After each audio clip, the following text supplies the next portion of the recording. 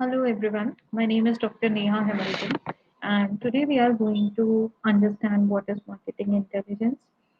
We are covering this subject called sports marketing and merchandising, and in that we have covered a lot of topics.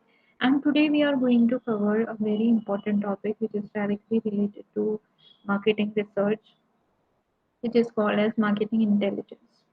Now, the lecture objectives of today's class is to make you understand the concept of marketing intelligence and also the techniques which are used in marketing intelligence. We are going to understand what are the modes of data collection in marketing intelligence. You are going to understand in this lecture. So, these are the lecture objectives of today's class. So, without wasting any time, let us understand what marketing intelligence is all about. Imagine a marketer. She has a left hand and a right hand. So this is like my left hand and this is my right hand. In the left hand are all those things that she is doing, like campaigns, ads, emails, offers, websites, apps, and more. In the right hand, all the results, those activities are generating us in my left hand, like sign ups, how many people have installed, awareness, engagement, sharing, and more. Now, when I join these two hands of mine, that is my left hand and my right hand, this is when I get a complete picture of what marketing intelligence is all about. When I join my left hand and my right hand, that means when I have complete idea of efforts and when I have complete idea of results, when I join these two things, that becomes marketing intelligence. Now, how can we bring those two hands together? Now, what is the medium between the two hands? The first hand being the efforts that I'm making in the form of email marketing, in the form of any kind of you are doing engagement programs, awareness programs, and on the left hand when you have sign-ups, apps, installments, and so my right hand is talking about results. So whatever medium is there in between my left hand and right hand, the medium that is joining both the ends becomes marketing intelligence. Okay. The primary function of marketing intelligence platform is to connect effort with the outcome at an aggregate and a granular level. This lays the foundation of three critical things. One is complete visibility of aggregated marketing impact. Second is full knowledge of granular return of investment and customer acquisition cost for each activity. And the third is deep predictive insights into the profitable future growth. So these are the three aspects that are being answered. When I talk about the first one, the let us talk about the primary function first. So what is the primary function of marketing intelligence? The primary function of marketing intelligence platform is to connect efforts with the outcomes. So whatever efforts we are doing, whatever in planning, in marketing planning, whatever we are doing, now how we are connecting those efforts with the outcome at an aggregate and granular level, right? So how do I join my efforts and my performance? These lay the foundation of three critical things. First, and the most important vision is I get the complete visibility of aggregated marketing impact, full knowledge. So I have this full knowledge of return on investment and customer acquisition cost. Now, what is customer acquisition cost? Customer acquisition cost is the acquisition cost per customer, right? For each activity, campaign, and whatever I'm doing, right? So, full knowledge and of return of investment and customer acquisition cost and deep predictive insights into the future growth. So you are getting a good idea on what is going to happen in future, right? So that is called as that are the main objectives of marketing intelligence. A marketing intelligence system focuses on systematic collection and processing of information from all the relevant sources to ascertain the changing trends in the marketing environment. So, what are we doing in marketing intelligence system? We are basically focusing on systematic collection and processing of information for all the relevant sources to ascertain the changing trend in the marketing environment. In simple words, the marketer gathers the data from all the available sources and process these meaningful information that can be used to make critical business decisions. So, whatever information that you can gather around you, systematic collection and processing of information from all the relevant sources to ascertain the changing trends in the marketing environment. That is called as marketing intelligence system. In simple words, marketer gathers the data from the available sources and process these into meaningful information that can be used to make critical business decisions. So, when I talk about critical business decisions, that means when you are there in a market, you have a lot of competitors. You have uh, you have a lot of other agencies which are having an eye on you. For example, the government regulatory agencies, the agencies or vendors who are supplying goods to you, the customers to whom you are delivering the finished goods and services. So you have a lot of stakeholders when it comes to marketing intelligence. And in order to survive in the market, it is important to have a great knowledge of what is happening in the market, right? What is going on in the market. It is very important to keep your pace or match up with your pace to with the ongoing marketing changes with the contemporary marketing scenario, right? When I say contemporary marketing scenario, I am talking about all the changes, all the trends, all the fads, right? In short, everything that is happening in the market. So, when I talk about competitor intelligence can be explained as a collection of data about your competitor using ethical methods such as government databases, public records, right? So, now we are talking about what are the basic components of marketing intelligence. So here I'm talking about the basic components of marketing intelligence or the areas or dimensions of marketing intelligence, right? So the first dimension that I'm talking about is competitor intelligence. So when I'm talking about competitor intelligence, I am talking about everything about my competitor, but that too in an ethical way, right? I cannot just I cannot crack the internal database of the company and get results or get data. The source of the data should be ethical and it should be acceptable to the society. So when I take it from any public source that is available to anybody, or you yourself are doing research on your competitor, or uh, you are using some records which are like public to everybody. Whatever the method you are using should be ethical. One example is given. Let us understand this example. What is the example? For example, Japanese automotive companies were able to capture the US market. Quality, fuel efficiency cars led them to standardize and penetrate the US market successfully. So there is a Japanese automotive company and they were trying to capture the US market. So Japanese philosophy, Japanese understanding of automotive parts are very much different as compared to the US philosophies and US understanding. So what this Japanese automotive giant is doing? They are actually creating they are doing marketing research, they are understanding the market, and they want to find out about the US market. So they have gone for competitive study and then they are successful. They are easy to penetrate the US market. The next point is product intelligence.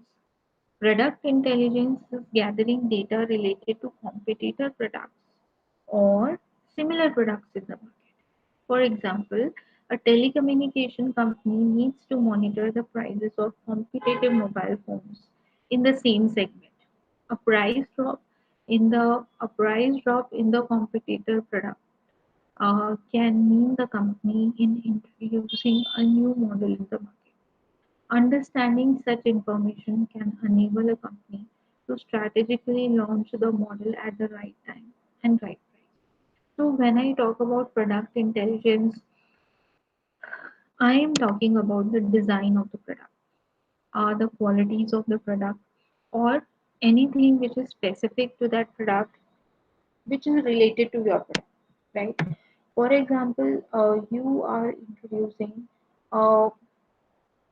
diversifying your company. You were already in FMCG sector, and now you are adding a new product line of bakery products in your product line. You are adding a new product line of bakery products. You were already in a business of making FMCG products, right? Now, what is product intelligence? Product intelligence means you will go to the market, you will find out which is the brand which is working very good in the bakery business, right? So, which is a brand which is topping the market, which is the brand which is doing good. Customers are giving positive feedback about that particular brand. So, it is very important to find out that brand. After finding out that brand, you need to find out that what are the varieties of products, what different types of product your competitor is making, what is the price philosophy or pricing strategy that your competitor is following, because you have to adopt a competitive strategy as compared to your competitor. So that is called as product intelligence. Researching about your products, about your competitors, product line, the variety of products they offer, the quality of products they offer. Everything is very important.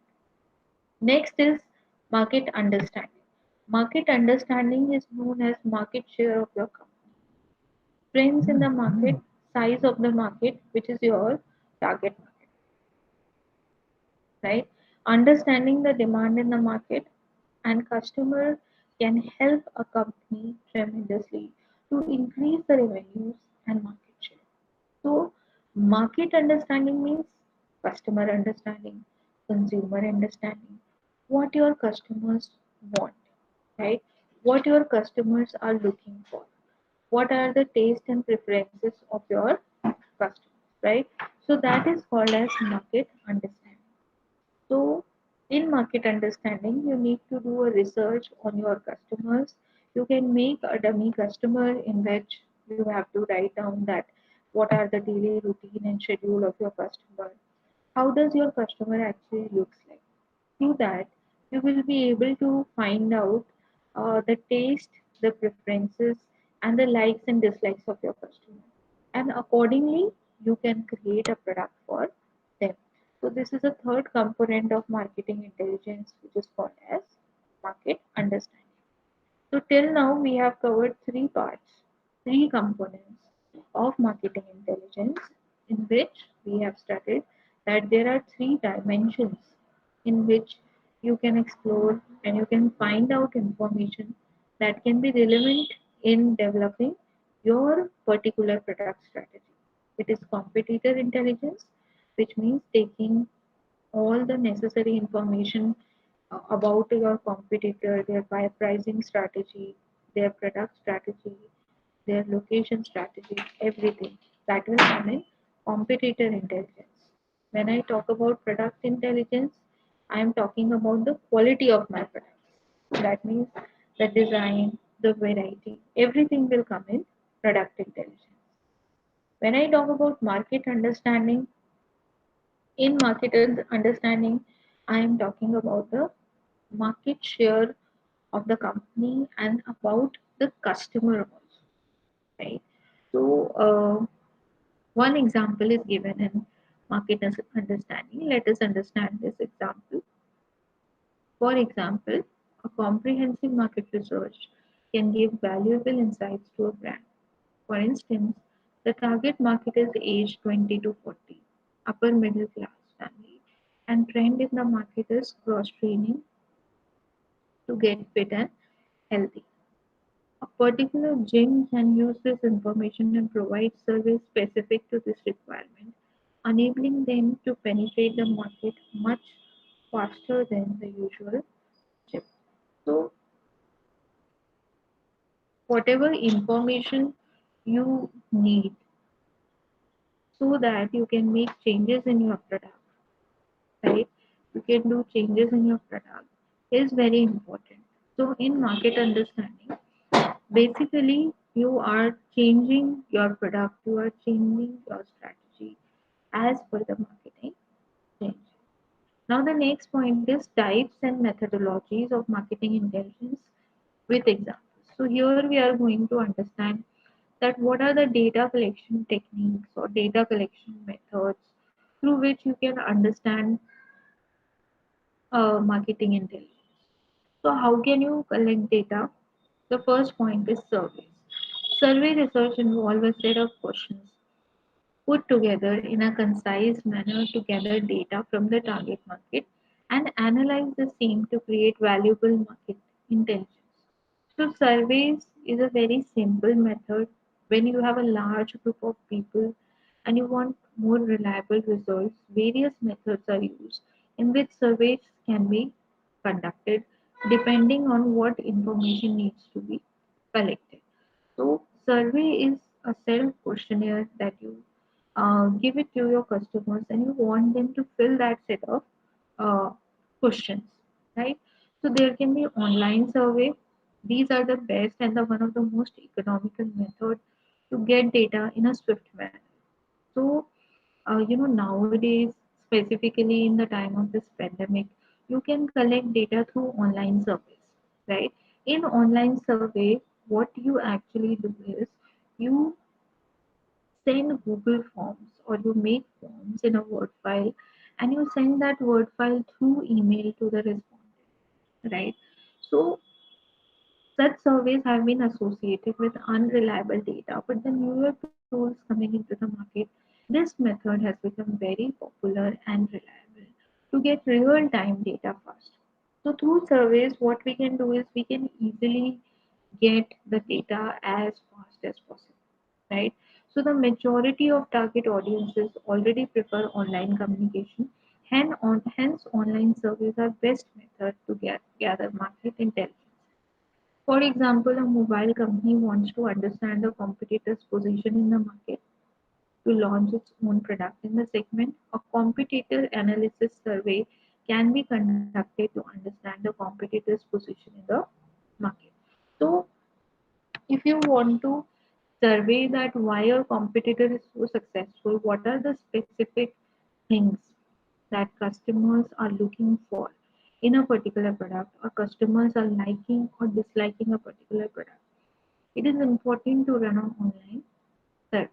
A competitor analysis survey can be conducted to understand competitors' position in the market and their product features and the market share. Such information will enable the company to decide the right audience, the features, the correct pricing to capture the higher market share. So, the first technique that we have understood today in marketing intelligence method of data collection is surveys. Now, it can be online survey, it can be in-person survey. In-person survey means you yourself are going to the customer with a set of questions. You are requesting them to fulfill that part of questionnaire, or you are just helping them to fill that questionnaire. So these surveys are one-to-one interviews which can be conducted in high traffic locations such as malls to gather required information. This also allows you to gather customer feedback as you know the advantage of showcasting a product or comparing product to gather valuable information.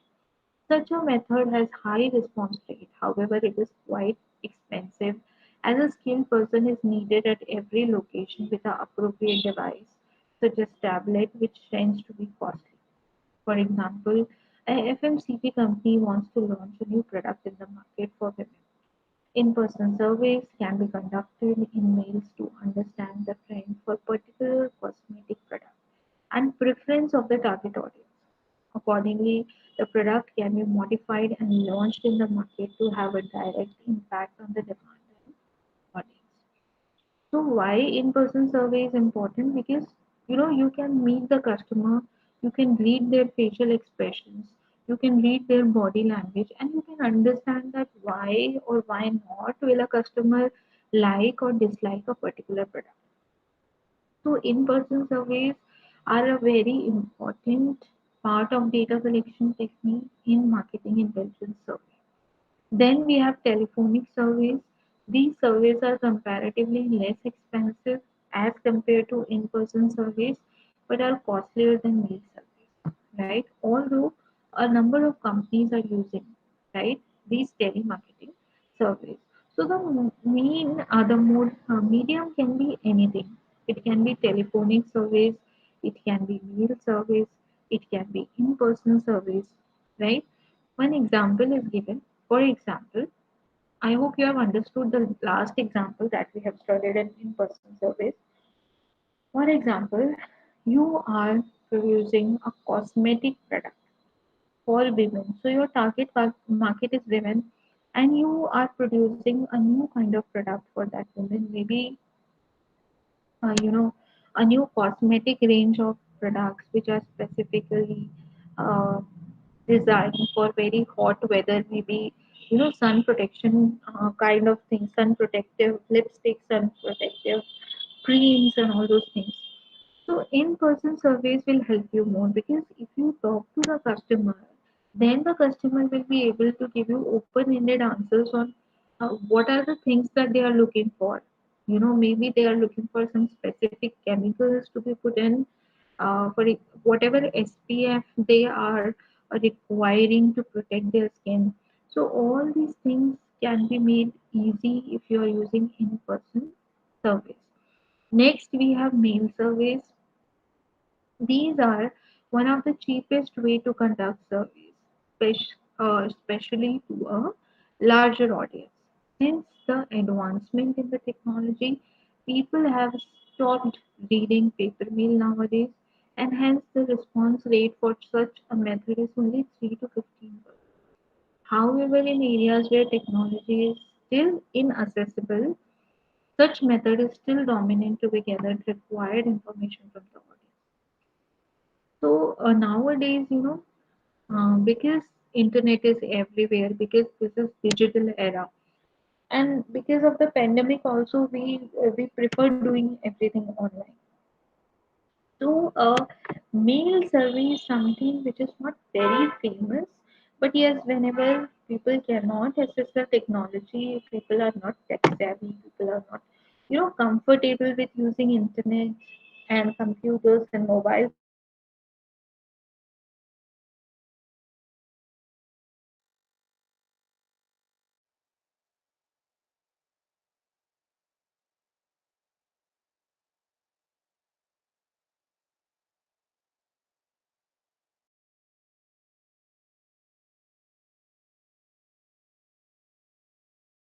and now what is a questionnaire? You need to understand that what is a questionnaire first. A questionnaire is a series of questions asked in a printed or online format to conduct a particular research. They can be used for qualitative as well as quantitative research, and can be used to gather data from a large set of audience.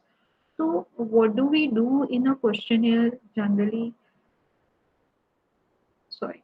In a questionnaire, we have a set of questions, and with the help of those set of questions, we try to gather more and more information from the audience and from the customers.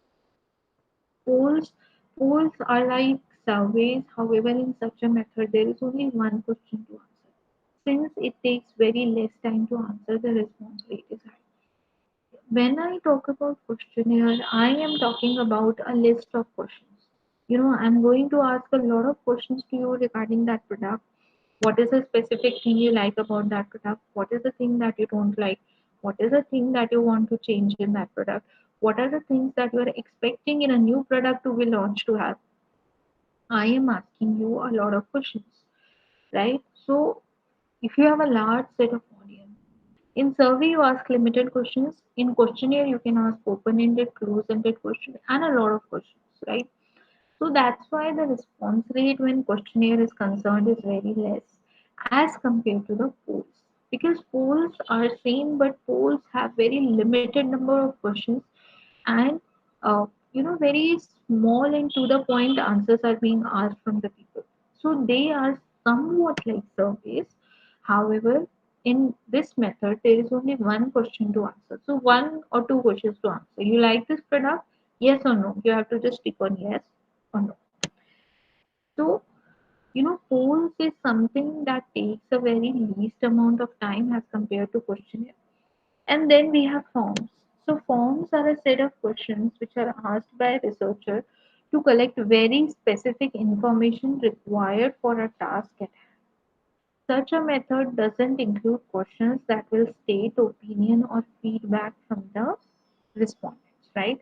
So when I talk about forms, I am talking about a set of questions which is asked by a respondent to collect specific information from the task at hand. Such a method doesn't include questions that will state opinions or feedbacks from the respondents. So clearly the kind of questions that I'm asking in forms are closed-ended kind of questions. I'm not asking open-ended questions. Now I'm going to talk about focus groups. What are focus groups? Focus groups are the set of people selected carefully to represent a target market. Using focus group surveys, a company can evaluate customer demands and opinions, or you can take feedback from the group. So let us understand first that what is focus group. What is the concept of this focus group? So, when it is not possible for you to reach to a larger audience, when it is not possible for you to go to a large number of people at a particular point of time, you select a group of people who are the part of your target market, and then you use those people to conduct particular kind of researches, right? So that is called as focus groups. So this enables to collect information that can be helpful for a company to penetrate that market or to launch a new product or a existing product. So you ask them to discuss on a particular product feature or a particular type of product that you are going to launch, right? They discuss among themselves and then they give you feedback about a particular product. So that is called as focus groups. This enable to collect information that can be helpful to a company to penetrate the market or to launch a new product in a existing market. So what are the purposes that a focus group serves? It helps you to collect information that can be helpful for a company. You can penetrate the market through that. You can reach higher number of audience with the help of focus groups. Because these are the people who are part of your target population or your target market. So whatever you make, you are making for that target population or target market, right? Usually, a moderator is required to ask the questions to a set of people where they can discuss insights about that topic. However, focus group surveys can now be done online as well, eliminating the need of a moderator. So, a moderator is assigned to a focus group. It is generally a group of 8 to 15, 20 people where they discuss on a particular phenomena. It can be done online also, no problem in that. A moderator is assigned, and that moderator helps in uh, fulfilling or conducting a particular research. For example, a focus group is asked about their opinion to understand What would be the most ideal phone for them? A discussion amongst them will give the company information as to what dimension is most preferred in the market and what are the reasons, right?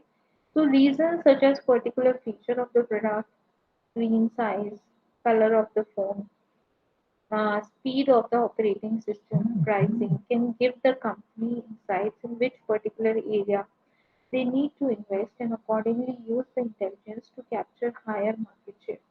So all the deep marketing insights, all the deep marketing information that a marketer may not know, but a customer who is belonging to that target market may know. He should have a complete idea on what kind of products customer are now expecting.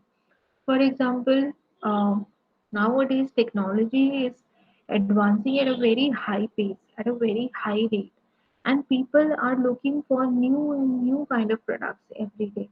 They are not happy and satisfied with a single product, but they keep on changing their likes and preferences, right? 4G is now soon going to be out of fashion, and 5G phones are going to be launched. So every phone company has to design their phone to match up with the 5G standards.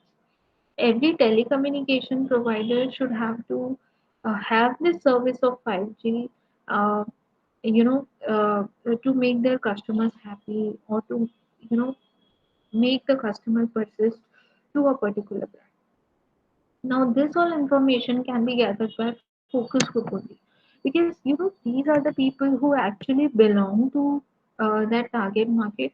So you are going to ask them only to give review or give survey or give their responses about a particular product.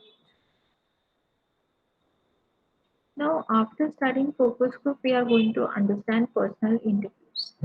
We all know what personal interviews are, right?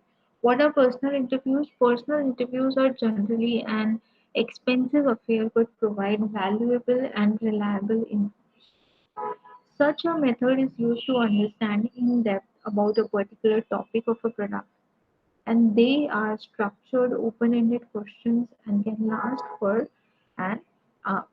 However, since they are done on individual basis, such a method is not preferred to gather market information as it will not represent the market as a whole. So when I talk about personal interview, this is a method which is not used very frequently, but this method is used on a regular basis to understand, uh, to gain or to gain reliable information about the market. So, for example, I want to interview, somebody who is a dermatologist and will provide me greater information if I'm producing a skincare product range, right? So I may need to interview 10 to 15 dermatologists and need to take down that what do they think that should be the contents of a sunscreen lotion or of a sunscreen of a lipstick that can protect your lips from the harsh rays of sun. So I need to interview the dermatologist, right? So that's something which is huge, that's something which is big. So that's what I'm talking about here. I'm talking about is uh, interview. It is expensive because you have to take appointment from a dermatologist. You have to spend your time. You have to spend money. Nobody is going to work for free, right? Such method is used to understand in depth about a particular topic or a product, and they are unstructured, open ended questionnaires that can last up to an hour. So, for 1 hour of time, you are interacting with a person to gain information or knowledge about a particular product. However, since they are done on an individual basis, such a method is not preferred to gather market information as will not product the market as a whole. So, a market is huge. A market has millions and billions of people. How will you interview millions and billions of people? It is practically not possible to interview these people. But if you want to gain some insight, some useful information, some reliable information, I think interview is the best method. But you cannot generalize it to the people. You are only doing it to gain some specific information. Although interviews with subject matter experts can give you an understanding of the market trends in a particular industry. If you are not well acquainted with such an industry information, for example, a company wants to understand what are the current technological trends in the market. An interview with a subject matter expert in the technological solution can give a valuable information to what is trending and what can be expected in the near future. According to strategic business decisions can be taken and money can be invested in the right direction. So, for example, you are manufacturing a technological product, right? So you need to know that what are the things which are going on in market. You need to understand that why you should produce this kind of a thing or that kind of a thing in a market, that you need to understand. Okay, so what I'm trying to explain is that personal interview, because it is very expensive, because it consumes a lot of time, resources, efforts, it is not a technique which is widely used, but sometimes you want to know that what do the experts think? What are their suggestions for the future market, right?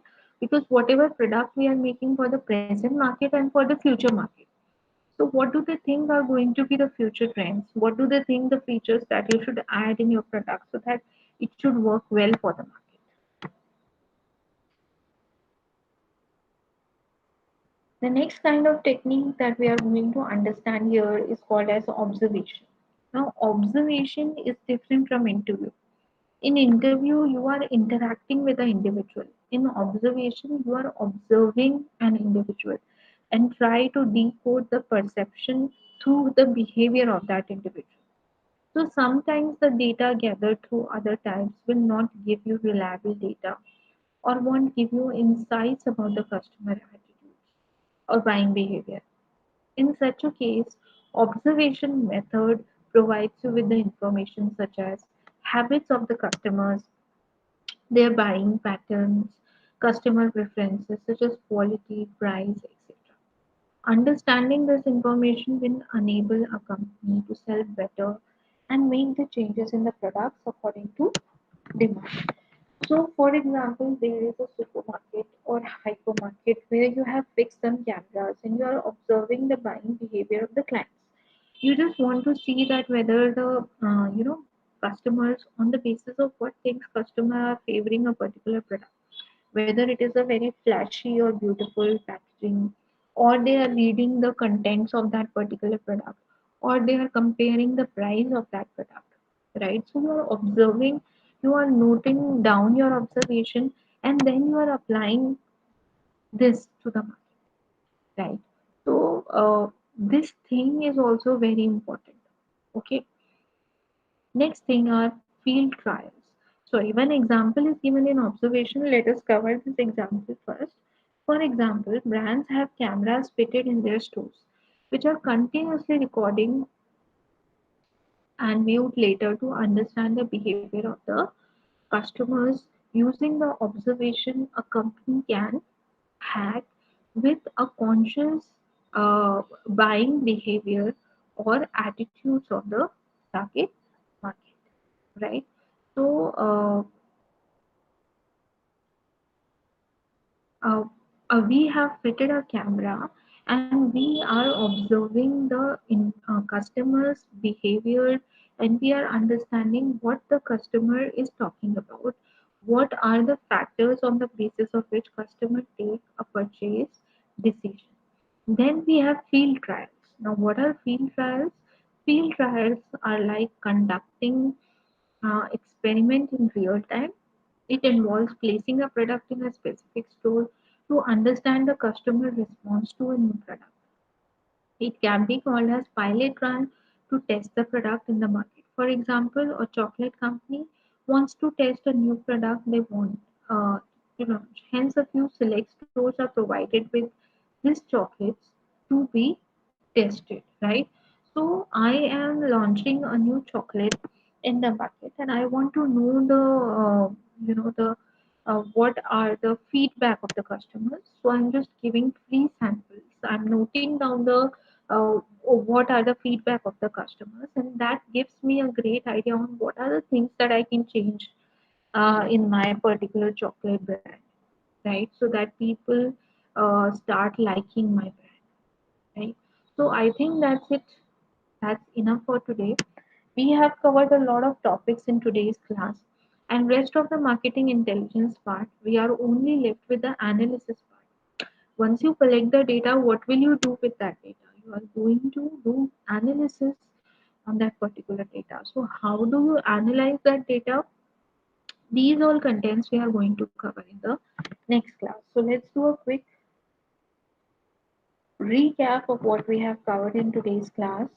In marketing intelligence, we have understood the concept of marketing intelligence.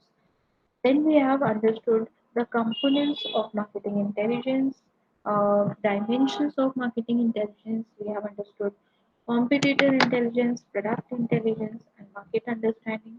After that, we have covered methodologies of data collection with example. We have seen surveys, online survey, in-person survey, telephonic survey, mail surveys. We have seen advantages and disadvantages of all types of techniques. Then we have started questionnaires, then polls, then forms, and then focus groups. Right?